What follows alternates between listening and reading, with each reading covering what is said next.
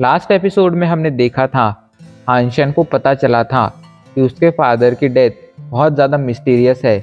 उसे लग रहा था कि स्टार ऑर्गेनाइजेशन उसके फादर की डेथ के पीछे है, पर अपनी मॉम की बातें सुनने के बाद उसे समझ आ गया था कि ये राज बहुत गहरा है।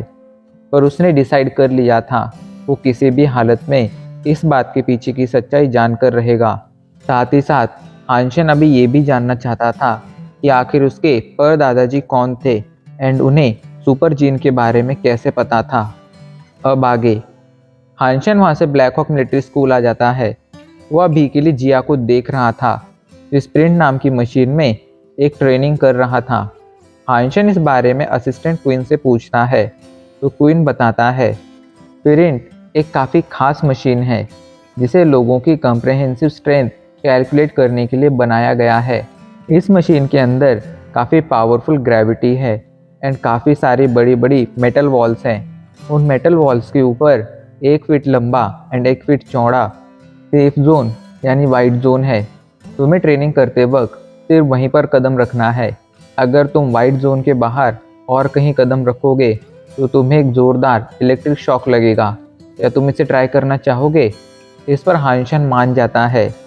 जिया के बाहर आने के बाद हानशन ट्रेनिंग के लिए स्प्रिंट के अंदर चला जाता है।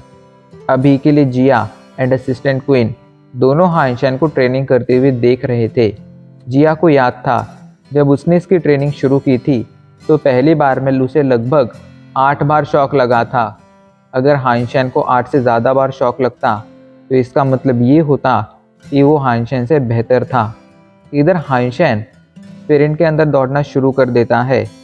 स्टार्टिंग में उसे काफ़ी ज़्यादा मुसीबतों का सामना करना पड़ रहा था, पर धीरे धीरे वो सब कुछ समझ गया था। फाइनली एक टाइम पीरियड के बाद हानशन ने स्प्रिंट को अच्छी तरह से समझ लिया था और अभी के लिए स्प्रिंट के अंदर बहुत ही तेज़ी से दौड़े जा रहा था। फाइनली लगभग 1 मिनट 36 सेकंड में उसने स्प्रिंट का टेस्ट कंप्लीट कर लिया था एंड उसका रिजल्ट देखकर अभी के लिए असिस्टेंट क्वीन एंड वहाँ मौजूद सभी लोग शॉक हो गए थे, क्योंकि हानशन को इस टेस्ट को कंप्लीट करते वक्त एक बार भी शॉक नहीं लगा था। एंड ये बहुत ही कमाल की बात थी क्योंकि हानशन ने पहली बार में स्प्रिंट को लगभग परफेक्ट लेवल पर पार कर लिया था। लेकिन स्प्रिंट की डिफ़िकल्टी अलग अलग लेवल्स में डिवाइडेड थी। हानशन को स्प्रिंट काफ़ी ज़्यादा पसंद आई थी, इसलिए उसने डिसाइड किया था कि जब भी उसे फ्री टाइम मिलेगा तब वो स्प्रिंट में आकर ट्रेनिंग ज़रूर करेगा। हानशन वहाँ से अब सीधा स्टील आर्मर बेस आ जाता है। जब वो कॉइन बनकर जंगलों में घूम रहा था तब वहाँ पर उसकी मुलाकात लूनन से होती है। हानशन लूनन को बताता है कि उसने ब्लैक नाइट को मारकर उसका सारा का सारा मीट कंज्यूम कर लिया है। ऐसे में वो उसे ब्लैक नाइट का मीट तो नहीं दे सकता है, पर अगर वो चाहे तो हानशन बदले में उसे कोई और चीज़ दे सकता है। लूनन अभी के लिए हानशन की बात सुनकर शॉक हो गया था, लेकिन थोड़ा सोचने के बाद वो कहता है ठीक है, मुझे अभी के लिए वो मीट नहीं चाहिए बल्कि तुम्हारी मदद चाहिए। असल में मेरे कुछ दोस्त यूलोंग माउंटेन्स में जाना चाहते हैं। वो जगह बहुत ज़्यादा खतरनाक है, ऐसे में मैं वहाँ पर नहीं जा सकता हूँ। क्यों ना तुम उनकी इस जर्नी में उनके गाइड बन जाओ एंड उन्हें यूलोंग माउंटेन तक लेकर जाओ। अगर तुम ऐसा करोगे तो तुम्हें मुझे कोई बेनिफिट देने की ज़रूरत नहीं है, चाहो तो मैं तुम्हें एक्स्ट्रा पे कर सकता हूँ। हानशन भी उसकी बात मान जाता है। अगले दिन लूनन के बताए गए टाइम पर हानशन उन लोगों से मिलता है। वो 6 लोगों का ग्रुप था, उसमें से 2 लोग स्केयर्ड ब्लड इवॉल्वर्स थे एंड बाकी के 4 लोग म्यूटेंट इवॉल्वर्स थे। हानशन उन लोगों से उनके बारे में पूछता है तो हानशन को पता चलता है कि ये दोनों लोग 10 फैमिली से बिलोंग करते हैं एंड अभी के लिए उनके साथ मौजूद 4 लोग उसके सबॉर्डिनेट्स हैं। वो दोनों भाई हैं जिनमें से एक का नाम जीचैन है एंड दूसरे का नाम नैनजिंग है। जीचैन का बिहेवियर काफ़ी अच्छा था, लेकिन नैनजिंग काफ़ी ज़्यादा घमंडी लग रहा था।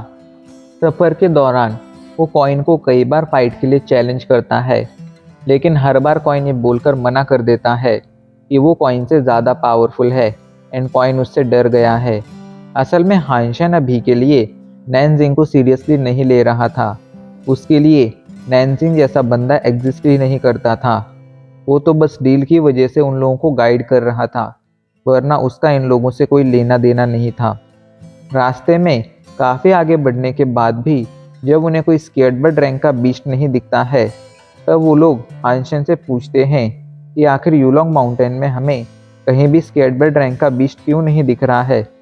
इस पर हानशन कहता है, अभी के लिए तो हम यूलोंग माउंटेन के आउटर एरिया में हैं, अभी हमें अंदर जाना बाकी है। जब हम अंदर जाएंगे तब हमें बीस्ट ज़रूर मिलेंगे। ये दोनों इवॉल्वर होने के बावजूद शिकार पर इसलिए जाना चाहते थे ताकि एडवांस डेमन वर्ल्ड में टेलीपोर्ट होने से पहले वो अपने लिए कुछ स्केटबर्ड रैंक की बीस्ट सोल हासिल कर सके, ताकि एडवांस डेमन वर्ल्ड में सरवाइव करते वक्त स्टार्टिंग में उन्हें कोई मुसीबत ना हो।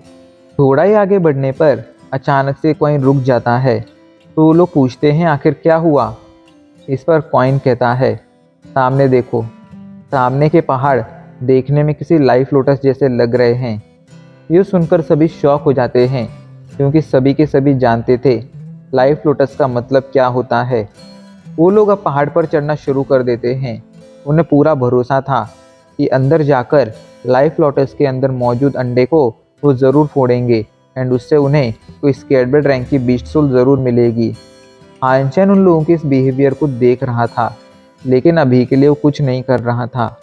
ये सभी लोग उस पहाड़ पर चढ़ ही रहे थे, तभी अचानक से वहाँ पर कहीं से एक बहुत बड़ी चिड़िया आ जाती है, जो इन सभी पर हमला करना शुरू कर देती है। उस चिड़िया को देखकर ज़ीचैन जल्दी से जाकर उससे फाइट करने लगता है।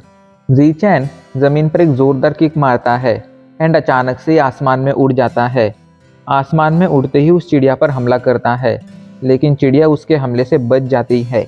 ज़ीचैन नीचे गिरने लगता है, लेकिन ज़मीन पर आने से पहले ही वो हवा में किक मारता है एंड दोबारा से ऊपर उठ जाता है एंड उस चिड़िया के पंख पर हमला कर देता है। ये देखकर हानशन शॉक हो गया था। आखिर कोई हवा में ही किक मारकर और ऊपर कैसे जा सकता था, उसे अभी के लिए समझ नहीं आ रहा था। इधर ज़ीचैन अब तीसरी किक मारता है एंड वो दोबारा से हवा में उड़ जाता है एंड उस चिड़िया पर जाकर हमला कर देता है। उसका ये हमला भी उस चिड़िया को लगता है। हानशन को समझ आने लगा था, ज़रूरी चैन फैमिली की कोई सीक्रेट स्किल है जो उन्हें हवा में किक कर कर और ऊपर बढ़ने में मदद करती है।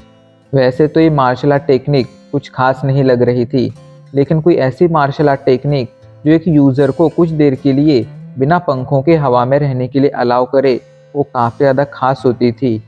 अभी चैन उस चिड़िया से लड़ ही रहा था, तभी वहाँ पर एक बंदा आ जाता है, जो हंसते हुए कहता है, चैन फैमिली के 7 ट्विस्ट सच में तारीफ के काबिल हैं। उसकी बात सुनकर सभी लोग उसे देखने लगते हैं एंड उससे पूछते हैं कि आखिर वो कौन है। इस पर वो बंदा कहता है, मेरा नाम यूफेंग है एंड मैं वॉरियर गॉड फाइटिंग क्लब से हूँ। नैनजिंग उसे घूरने लगता है एंड घूरते हुए कहता है, लगता है वॉरियर गॉड फाइटिंग क्लब के लोगों के पंख निकल आए हैं। मुझे इसके बारे में मिस्टर जियोन से जाकर बात करनी होगी। तो इस पर यूफेंग मुस्कुराते हुए कहता है, आखिर तुम इतना ज़्यादा भड़क क्यों रहे हो? मैं तो यहाँ पर तुम लोगों की मदद करने ही आया हूँ, तुम लोगों की जान बचाने ही आया हूँ। वैसे भी Zion family and warrior god fighting club के रिलेशन काफ़ी अच्छे हैं, तो आखिर तुम उन्हें ख़राब क्यों करना चाहते हो? उसकी बात सुनकर हानशन उससे पूछता है कि आखिर वो ऐसा क्यों कह रहा है कि वो यहाँ पर इन लोगों को बचाने के लिए आया है। तो पहले तो वो बंदा कॉइन को वहाँ पर देखकर शॉक हो जाता है एंड शॉक के साथ पूछता है, क्या तुम चैन फैमिली से हो? तो इस पर कॉइन कहता है, नहीं, मैं चैन फैमिली से नहीं हूँ, मैंने बस इन लोगों से पैसे लिए हैं इन्हें यहाँ पर यूलोंग माउंटेन लाने के लिए एंड अब मेरा कॉन्ट्रैक्ट कंप्लीट हो चुका है। वैसे तुम मुझे ये बताओ, आखिर तुमने ऐसा क्यों कहा था? तो इस पर वो बंदा बताता है कि असल में इस नेस्ट के अंदर एक बहुत ही पावरफुल बीस्ट है। वो बीस्ट बहुत ही ज़्यादा फास्ट है, यहाँ तक कि जब पिछली बार मैंने उससे फाइट की थी तब मैं ज़्यादा से ज़्यादा 10 सेकेंड उसके सामने टिक पाया था एंड किसी तरह अपनी जान बचते बचाते हुए वहाँ से भाग पाया था। वो बीस्ट इतना ज़्यादा फास्ट है कि मैं उसकी सिर्फ परछाई देख पाया था एंड अभी के लिए मैं ये नहीं जानता हूँ कि वो कैसा दिखता है। उस बीस्ट के बारे में सुनकर सभी को लगता है कि ये बंदा बढ़ा चढ़ाकर बता रहा है एंड अभी के लिए नैनजिंग एंड ज़ीचैन उसकी बात सुनकर भी नहीं रुकते हैं एंड अपने साथियों के साथ उस नेस्ट के अंदर चले जाते हैं। इधर जब कॉइन अंदर नहीं जाता है तो वो बंदा पूछता है कि आखिर तुम अंदर क्यों नहीं गए। तो कॉइन कहता है कि तुमने ही नहीं बताया था कि वो बीस्ट बहुत ज़्यादा पावरफुल है। ये बात सुनकर वो बंदा मुस्कुराने लगता है। तो समझ गया था कॉइन काफ़ी ज़्यादा स्मार्ट है। फाइनली 10 मिनट बीत जाते हैं एंड 10 मिनट बाद दो लोग उस नेस्ट की एंट्रेंस से बाहर आते हैं। वो दोनों ही बुरी तरह से घायल थे। ये दोनों कोई और नहीं बल्कि नैनजिंग एंड जी चैन थे। उन दोनों की हालत अभी के लिए बहुत ज़्यादा ख़राब थी। उन लोगों को जिंदा देखकर अभी के लिए यूफेंग शॉक हो गया था। वो शॉक के साथ कहता है, तुम लोग इतनी देर तक उससे फाइट करने में कामयाब रहे एंड जिंदा लौटने में कामयाब रहे। तो उसकी बात सुनकर उन लोगों को लगता है कि वो उन्हें चिढ़ा रहा है, इसलिए उन लोगों को गुस्सा आ जाता है एंड वो गुस्से में कहते हैं कि तुम हमें हमारी इस नाकामी के लिए ब्लेम कर रहे हो। इस पर यूफेंग मुस्कुराते हुए कहता है, मैं ऐसा कुछ भी नहीं कर रहा हूँ, बट रियलिटी ये है कि पिछली बार जब मैंने उस बीस्ट से फाइट की थी तब मैं सिर्फ 10 सेकंड टिक पाया था। ऐसे में तुम लोग इतनी देर टिक पाए, ये सच में काफ़ी कमाल की बात है। अभी के लिए हानशन को जब वो 4 म्यूटेंट इवॉल्वर वहाँ पर नहीं दिखते हैं तो इस बारे में उन लोगों से पूछता है। इस पर नैनजिंग एंड जीचैन उसे बताते हैं कि उस बीस्ट ने उन चारों म्यूटेंट इवॉल्वर को मार दिया है। वो लोग अपनी जान बचाने में नाकाम रहे हैं।